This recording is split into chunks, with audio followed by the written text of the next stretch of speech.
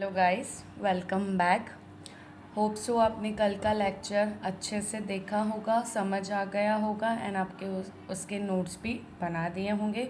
आज हम इसी chapter lesson number 2 indicators of growth and development को कंटिन्यू करते हैं एंड इस चैप्टर को कंप्लीट करते हैं। लास्ट लेक्चर में हमने ग्रोथ, डेवलपमेंट, उनके बीच में डिफरेंस बिटवीन ये सब सीखा। और एक बात, आपके बुक में ग्रोथ डेवलपमेंट के कैरेक्टरिस्टिक्स, लिमिटेशंस भी दिए हुए हैं, बट अगर इसकी डेफिनेशन एंड डिफरेंस बिटवीन अच्छे से समझ लिया है तो आप वो कैरेक्टरिस्टिक्स एंड लिमिटेशंस को अच्छे से और इजीली समझ पाएंगे। आज जो मैं मेन टॉपिक ले रही हूँ that is indicators of development. आज हमारा टॉपिक रहेगा डेवलपमेंट क्या हुआ है या नहीं हुआ है किसी भी कंट्री का, उसको हम मेज़र कैसे कर सकते हैं। सो आज हम उसके इंडिकेटर्स पढ़ेंगे। ये इम्पॉर्टेंट क्वेश्चन है, सेक्शन सी या सेक्शन डी में भी पूछा जाता है।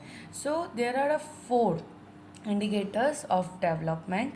One is rate of growth of national income, rate of growth of per capita income, physical quality of life index, and the last is human development index. First of all, rate of growth of national income. National income क्या होती है? किसी भी country की total income in a year.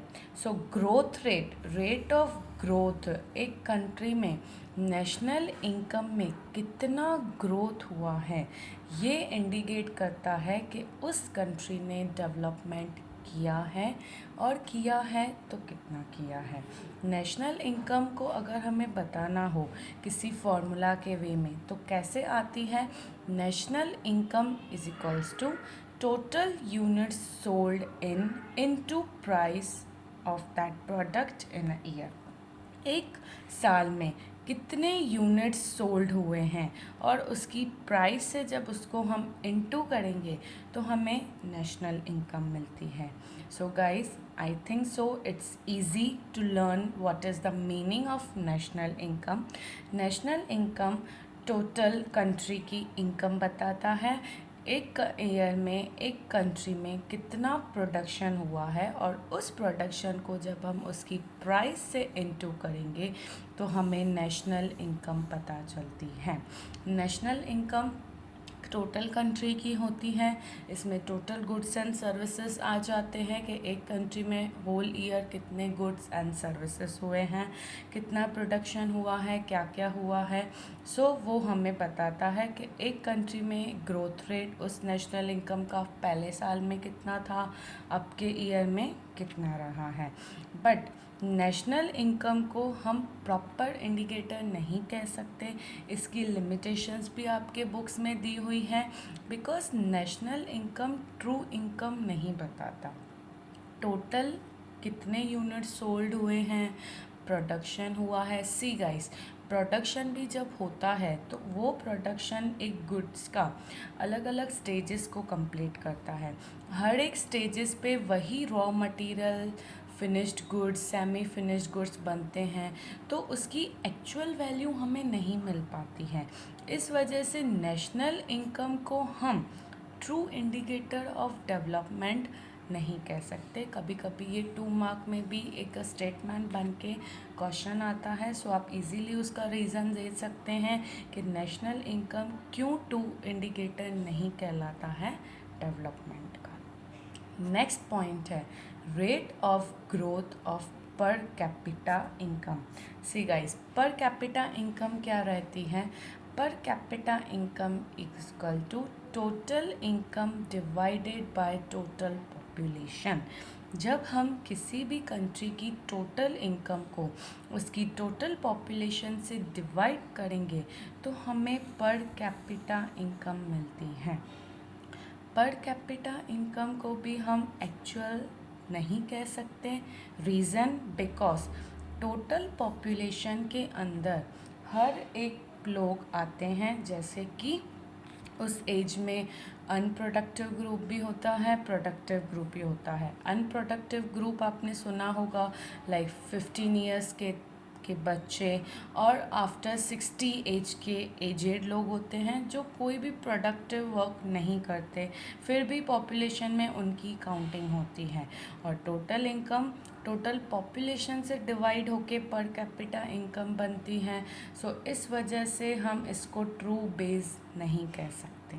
सो ये जो दो base हैं ये सिर्फ आपको डेफिनेशन, इसकी फॉर्मूला और इसकी एक दो लिमिटेशंस लर्न करनी है कि क्यों ये ट्रू इंडिकेटर नहीं कहलाए जा सकते। इस चैप्टर में इन दोनों की सिर्फ डेफिनेशन, फॉर्मूला, लिमिटेशन आपको याद रखनी है और सिर्फ 2 मार्क में क्वेश्चन इसका पूछा जाता है। होप सो आपको उन दोनों की डेफिनेशन समझ आ गई होगी। सो हमारा जो न्यू पॉइंट है that is PQLI, physical quality of life index. PQLI बहुत इम्पॉर्टेंट क्वेश्चन है, एग्ज़ाम में इसके बारे में बहुत बार पूछा जा चुका है। अब ये physical quality of life index क्या है? ये डेवलप्ड हुआ था, developed for oversee development council in mid 1970 by David Morris. David Morris के थ्रू ये डेवलप्ड हुआ था in the mid of 1970। See guys, अब हम PQLI को डेवलपमेंट का इंडिकेटर कहते हैं। तो इसको मेज़र करने के लिए हमें 3 पॉइंट्स बताई गई है। इन 3 पॉइंट्स को ध्यान में रखते हुए जब इन तीनों पॉइंट्स का हम टोटल करेंगे तो हमें PQLI पता चल जाता है और उससे हम किसी भी कंट्री के डेवलपमेंट के बारे में जान सकते हैं। PQLI की रेंज 0 to 100 होती है। इट मीन्स उसके जो आंसर आता है वो 0 to 100 के मिड में रहता है। 100 हाईएस्ट रहता है, 0 मिनिमम रहता है। इसके बीच में आंसर आता है, फिर अज्यूम किया जाता है कि वो सही है या कितना है, गुड है, बैड है, वर्स है, क्या है। सो आइए हम देखते हैं कि इस इंडेक्स में जो ये 3 पॉइंट्स हैं उनकी मीनिंग समझ लेते हैं। फर्स्ट ऑफ ऑल PQLI में पहला है extension of education. Extension of education क्या कहलाता है? सी, एजुकेशन किसी भी कंट्री के लिए बहुत इम्पॉर्टेंट माना जाता है। अगर आज किसी भी कंट्री में एजुकेटेड लोग हैं तो ही कंट्री का डेवलपमेंट होता है। अगर लोग एजुकेटेड नहीं हैं तो उस कंट्री का कभी भी डेवलपमेंट इतना नहीं हो सकता। अगर एजुकेटेड लोग होंगे तो ही डेवलपमेंट पॉसिबल है। एक्सटेंशन ऑफ एजुकेशन मतलब कि एक कंट्री में कितने लोग पढ़े लिखे हैं। और गाइस, हमारे इंडिया में पढ़े लिखे की डेफिनेशन में भी आपने सुनी तो होगी। एजुकेटेड पीपल हम उसको कहते हैं कि जो इंसान कोई भी एक लैंग्वेज पढ़ या लिख सके।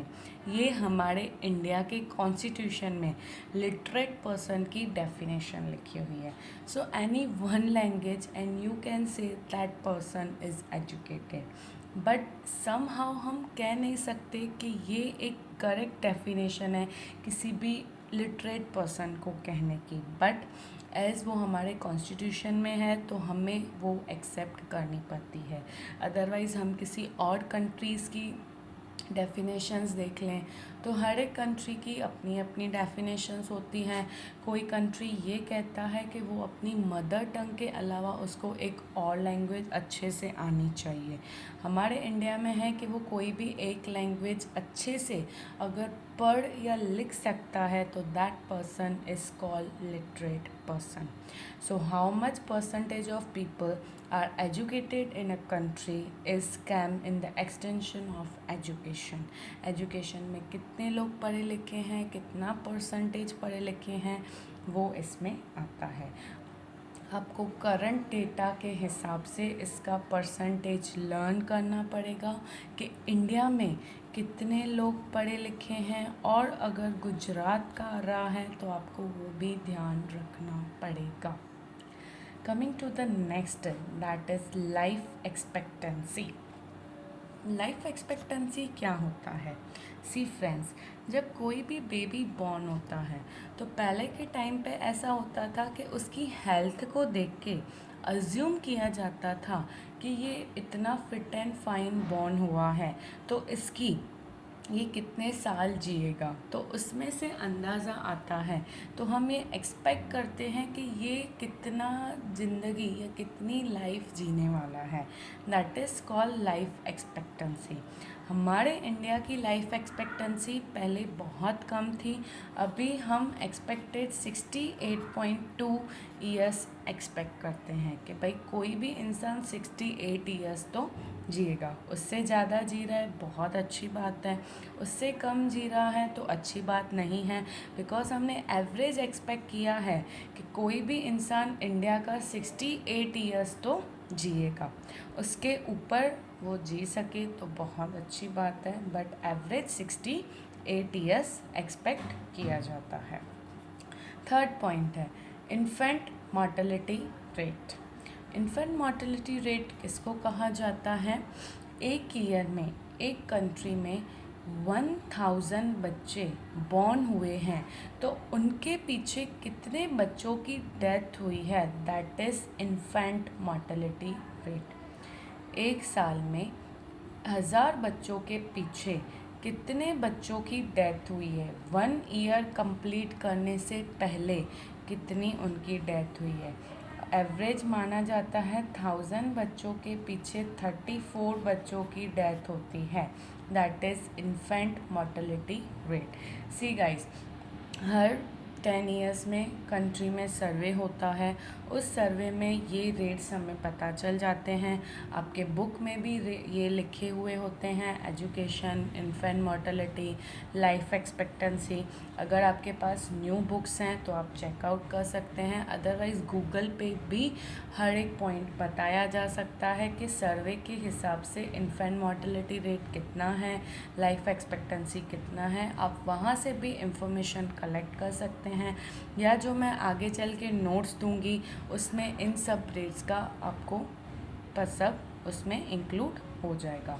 सो जब PQLI में इन तीनों का हम टोटल करेंगे तो जो आंसर आता है उसमें से अज्यूम किया जाता है कि infant mortality rate, life expectancy और एजुकेशन कितना है। सो उसके बेस पे PQLI कितना है और वो कंट्री डेवलप्ड है नहीं है, कितना डेवलपमेंट उसने किया है नहीं किया है। सो ये सब हम उसमें से जान सकते हैं। This is the important question, और ये 3 मार्क्स में भी कभी कभी पूछा जाता है, कभी 2 मार्क्स में भी इसका क्वेश्चन पूछा जाता है बोर्ड के पेपर में। सो हमारा नेक्स्ट टॉपिक है aspects included in PQLI। Guys, ये 2 मार्क का क्वेश्चन आता है। PQLI में कौन से एस्पेक्ट्स हैं जो इंक्लूड होते हैं?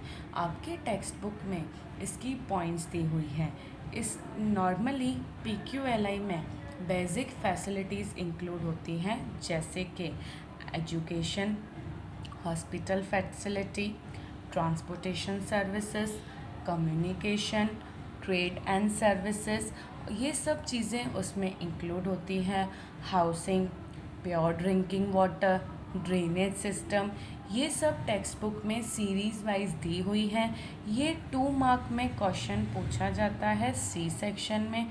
सो इसमें सिर्फ आपको ये याद रखना है कि इसके अंदर कौन सी पॉइंट्स इंक्लूड होती है, दैट्स इट। इसका कोई लॉन्ग क्वेश्चन नहीं आता है, सिर्फ 2 मार्क में क्वेश्चन पूछा जाता है।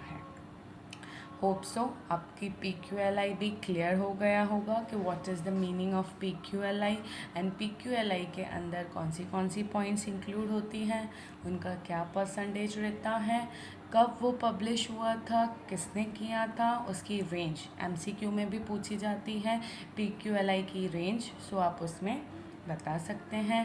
एस्पेक्ट्स इंक्लूडेड इन PQLI, वो भी आप टेक्स्ट बुक में इजीली नॉर्मल बेसिक फैसिलिटीज़ होती हैं वो लर्न करके आप इजीली इस क्वेश्चन को लिख सकते हैं। हमारा लास्ट टॉपिक है HDI, human development index. Human Development Index published in 1990 by United Nations Development Program, जिसको हम शॉर्ट में UNDP कहते हैं। UNDP के थ्रू 1990 में ह्यूमन डेवलपमेंट इंडेक्स पब्लिश हुआ था। हमारे इंडिया में ह्यूमन डेवलपमेंट डिपार्टमेंट भी है, ह्यूमन रिसोर्स डिपार्टमेंट है, जो ये पूरा देखता है कि किसी भी कंट्री का डेवलपमेंट में कौन सी पॉइंट्स इंक्लूड होती हैं और उस थ्रू स्टडी की जाती है। SDI की रेंज 0 to 1 रहती है। It means minimum 0 and maximum 1। इसके बीच में उसका आंसर आता है। SDI के अंदर 3 पॉइंट्स इंक्लूड होती है। One is life expectancy, education और knowledge, and the last is standard of living. Life expectancy guys हमने जो PQLI में पढ़ा सेम वही है। एक्सपेक्टेशन ऑफ लाइफ, जब न्यूबॉर्न बेबी को हम देख के ये एक्सपेक्ट करें और अनुमान लगाएं कि ये बेबी इतना हेल्दी बॉर्न हुआ है तो ये कितने साल जिएगा। हमारे इंडिया की पहले की लाइफ एक्सपेक्टेंसी बहुत कम थी, अप्रॉक्स 48 ईयर्स और इससे भी कम, बिकॉज़ पहले मेडिकल फैसिलिटीज़ इतनी नहीं थी। बट अभी मेडिकल फैसिलिटीज़ बहुत अच्छी हैं। पहले छोटी सी बीमारी पे भी बच्चों की डेथ हो जाती थी, बिकॉज़ इतना वो मेडिकल का डेवलपमेंट, साइंस, टेक्नोलॉजी से सब नहीं था। बट अभी टेक्नोलॉजीज़ हैं, अच्छा सब कुछ है, तो इस वजह से हम बड़ी बीमारी को क्योर कर सकते हैं। HIV हो, कैंसर हो, ट्यूबरक्लोसिस हो, हम इन बीमारियों को भी क्योर कर सकते हैं। सो इस वजह से लाइफ एक्सपेक्टेंसी बहुत अच्छी हो गई है। दूसरा, लोगों को अवेयरनेस आ गई है, अपने खाने पीने पे ध्यान देना, एक्सरसाइज, योगा करना, तो इस वजह से वो लोग अवेयर हुए हैं एंड उनकी लाइफ एक्सपेक्टेंसी बढ़ गई है। जैसे कि मैंने आपको बताया कि रिसेंट सर्वे के हिसाब से इंडिया की लाइफ एक्सपेक्टेंसी एवरेज 68 ईयर्स है। नेक्स्ट है एजुकेशन, नॉलेज। अब हमने जो मैंने आपको बताया कि लिटरेट पर्सन की डेफिनेशन वो हमने PQLI में देखी। इसमें ये है कि 15 ईयर्स और उससे ज़्यादा लोग, कितने बच्चों ने हायर एजुकेशन ली है, वो सब इंक्लूड होते हैं इसमें। इट मीन्स कि एजुकेशन में हायर एजुकेशन लेने वाले बच्चे कितने हैं, जिन्होंने प्राइमरी एजुकेशन भी ली हो, हायर एजुकेशन भी ली हो, उनका मिला के टोटल कितने लिटरेट बच्चे और पीपल इंडिया में और किसी भी कंट्री में हैं, वह उसका टोटल इस परसेंटेज में आता है। गाइस, हमारे इंडिया का literacy rate compare to other cities countries बहुत कम है। हमारे इंडिया में हाईएस्ट लिटरेट सिटी केरला मानी जाती है। केरला में 99% पीपल एजुकेटेड हैं। अगर हम गुजरात का देखें तो गुजरात में 54 to 60% लोग पढ़े लिखे हैं। सो इट मीन्स इंडिया का परसेंटेज अगर हम देखें तो वो 70 to 80% के बीच में माना जाता है, बिकॉज़ यहाँ पे अभी भी इतने लोग पढ़े लिखे नहीं हैं। गाइस, आपको अगर अच्छी मार्क्स गेन करनी है तो आपको ये परसेंटेज तो लर्न करने ही पड़ेंगे। डेफिनेशंस हर कोई लिख सकता है, एक्सप्लेनेशन करना with this numeric is most important. अगर आप इन न्यूमरिक्स को डाल के अपना आंसर लिख रहे हैं तो ट्रस्ट मी गाइस, आपकी मार्क्स आनी ही हैं। सो एजुकेशन में हम ये सब बता सकते हैं। Higher education, primary education, student ने कितना गेन किया है, क्या क्या नॉलेज लिया है। सो इससे हम इसमें अपना आंसर डाल सकते हैं। Last is standard of living. Third point में स्टैंडर्ड ऑफ लिविंग बहुत मैटर करता है। आज कोई भी कंट्री का लोग कैसे जी रहे हैं, क्या उनको सब बेसिक फैसिलिटीज़, इंफ्रास्ट्रक्चर सब कुछ अच्छे से मिल रहा है नहीं मिल रहा है वो बहुत डिपेंड करता है। हम अपना स्टैंडर्ड ऑफ लिविंग तो बढ़ा रहे हैं, बट क्या हर कोई बढ़ा रहा है वो मैटर करता है। आज इंडिया में कितने लोग पुअर हैं, कितने लोगों को खाना नहीं मिलता है, कितने लोगों को इलेक्ट्रिसिटी नहीं मिल रही है। But yes, compare to before अभी बहुत चेंजेस आए हैं और होप सो आगे भी ऐसा रहा तो बहुत अच्छे चेंजेस आएंगे। But India is a developing country, so India का standard of living compare to other countries अभी भी बहुत कम है। यहाँ पे लोगों का स्टैंडर्ड ऑफ लिविंग नहीं बढ़ा है। कहा जाता है 70% पीपल गांव में रहते हैं जो एग्रीकल्चर बेस है, पढ़े लिखे नहीं हैं। अगर किसी कंट्री का लोग एजुकेटेड नहीं हैं तो उनका स्टैंडर्ड ऑफ लिविंग कैसे बढ़ेगा।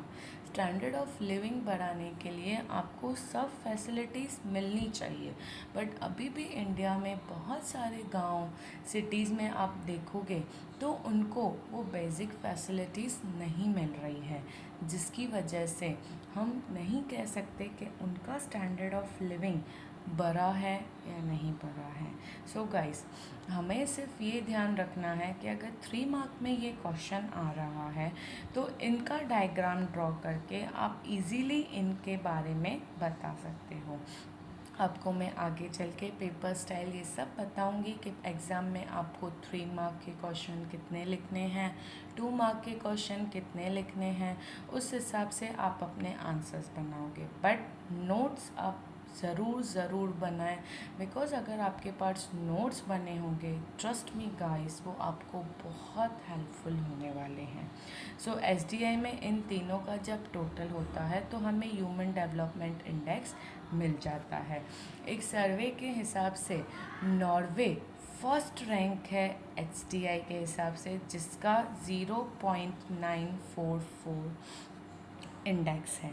It means Norway first rank पे आता है and India ranked 130th out of 188, जिसका इंडेक्स नंबर 0.609 है, which is very very less. आप सोच सकते हैं कि वो 130th रैंक पे आता है और नॉर्वे फर्स्ट रैंक पे आता है, मतलब सोचो कि उसका एचडीआई, उसके वहाँ के लोगों की education, life expectancy, standard of living कितना अच्छा होगा। हमारे इंडिया में भी इंफ्रास्ट्रक्चर, बेसिक फैसिलिटीज़ को बढ़ाने की बहुत ज़रूरत है, जिस वजह से ही फिर इंडिया आगे बढ़ेगा और तरक्की करेगा। सो लेसन नंबर 2 में ये जो मैंने मेन पॉइंट सब इंक्लूड किए हैं, ये बहुत इम्पॉर्टेंट क्वेश्चन हैं जो बोर्ड में हर टाइम पूछे जाते हैं। आप टेक्स्ट बुक रेफ़र करेंगे, एनी डाइजेस्ट रेफ़र करेंगे तो मोस्ट ऑफ ये क्वेश्चन इससे रिलेटेड क्वेश्चन ही पूछे गए होंगे। आप इसके नोट्स बनाएं, प्रिपेयर करें, एक बार गो ऑन करें टेक्स्ट बुक का, तो आपको इजीली आइडिया आ जाएगा कि इनमें ये मोस्ट ऑफ यही क्वेश्चंस पूछे जाते हैं। आपको अगर कोई डाउट है या क्या, आप इंक्वायरी कर सकते हैं। आपको कोई भी क्वेरी है आप हमसे कनेक्ट होके इसके बारे में पूछ सकते हैं। होप सो आपको पूरा वीडियो, पूरा लेक्चर अच्छे से समझ आया होगा।